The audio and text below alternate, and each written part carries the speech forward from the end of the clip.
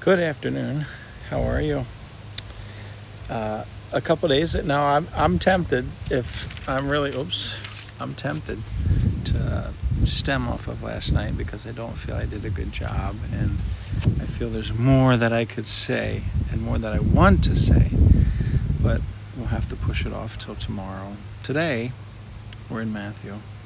We're in Matthew chapter 4, and we're actually finishing chapter 4.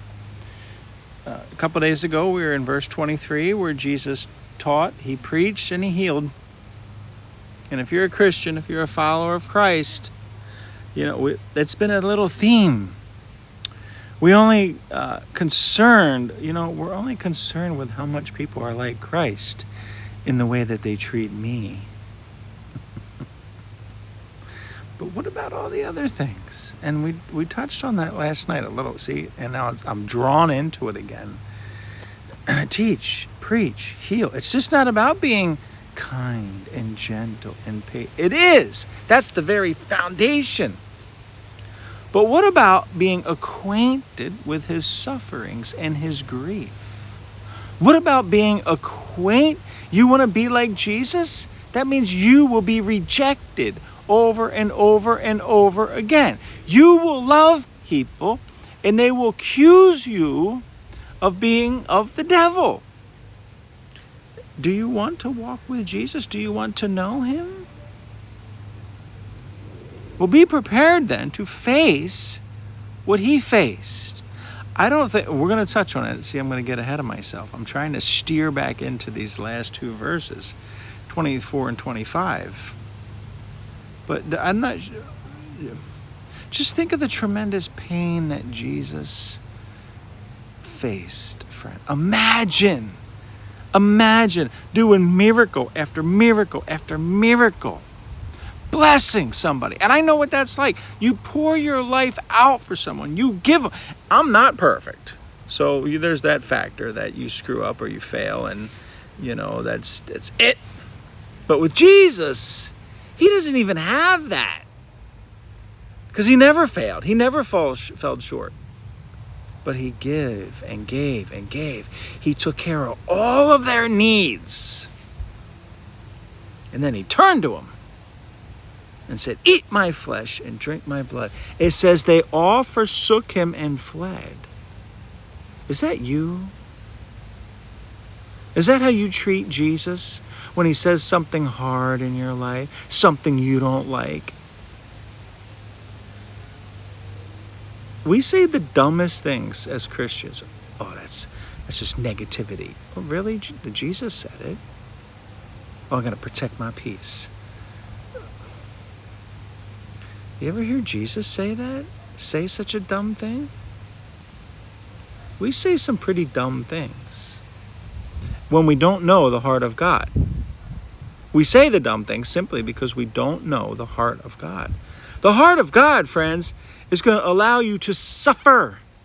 Yeah, suffer and be rejected and be falsely accused, even by the church. Yeah, I was talking to a buddy today. We had lunch. Oh, it was great to catch up with an old friend. And we were the world didn't crucify Jesus. The church did. You want to walk like Jesus, friends? Are you ready? Who called Peter and John in and said, "Preach no more in his name"? Who did it? Yeah, the church leaders, the self-righteous Pharisees. Okay, I got to get to my reading.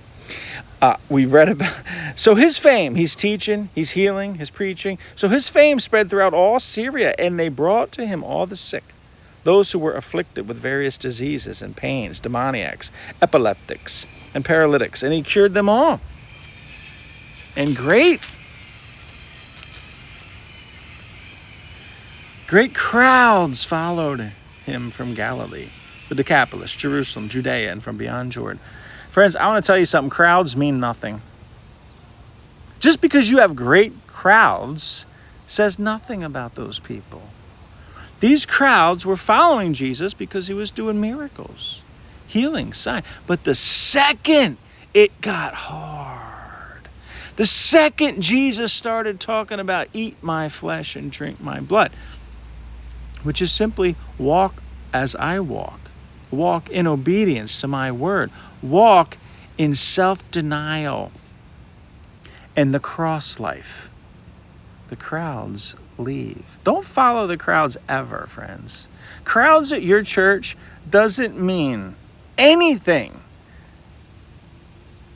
Jesus, friends, he had crowds, yes, when everything was going well, when it was exciting, when it was fun. That is no indication of how close or how on fire the people are for the Lord. John the Baptist, friends, Jesus said of him, he was the greatest prophet ever. The greatest prophet ever. Did he do any signs? Did he do any wonders? Did he do any miracles? No, he didn't. Don't be deceived, friends. And why am I saying this, friends?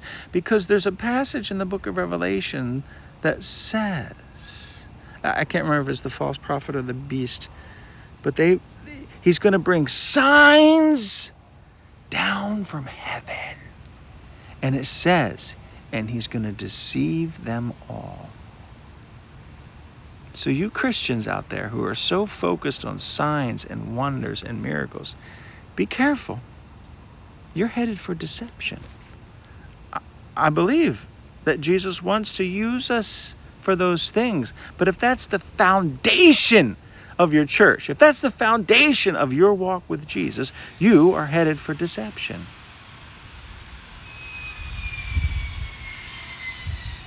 And are you willing to walk with Jesus when he turns to you and says the hard things to you? When he crosses your will? When he allows you to be disappointed? When he allows you to be persecuted? When he allows you to be rejected? Think of what the apostles did. We rarely talk on this. There's so many passages we rarely talk on. They said they rejoiced.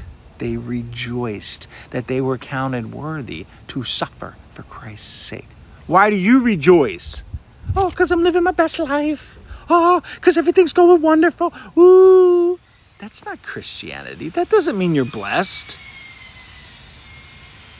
Let the Bible describe the life that's blessed, friends.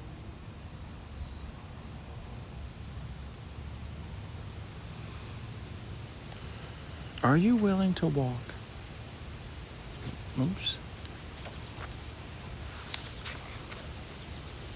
Are you willing to follow Jesus without the miracles, without the healings, without the deliverance, without the mass feedings and the financial blessings, without the answer to prayer that you think you deserve and that you think God owes you, without any feelings? Are you willing to follow him because you love him? Because you love him. You just want to be near him. You understand how much he already poured forth into your life. And you can say with 100% certainty, Jesus, if you never do another thing for me in my life, I will love you and follow you all of my days.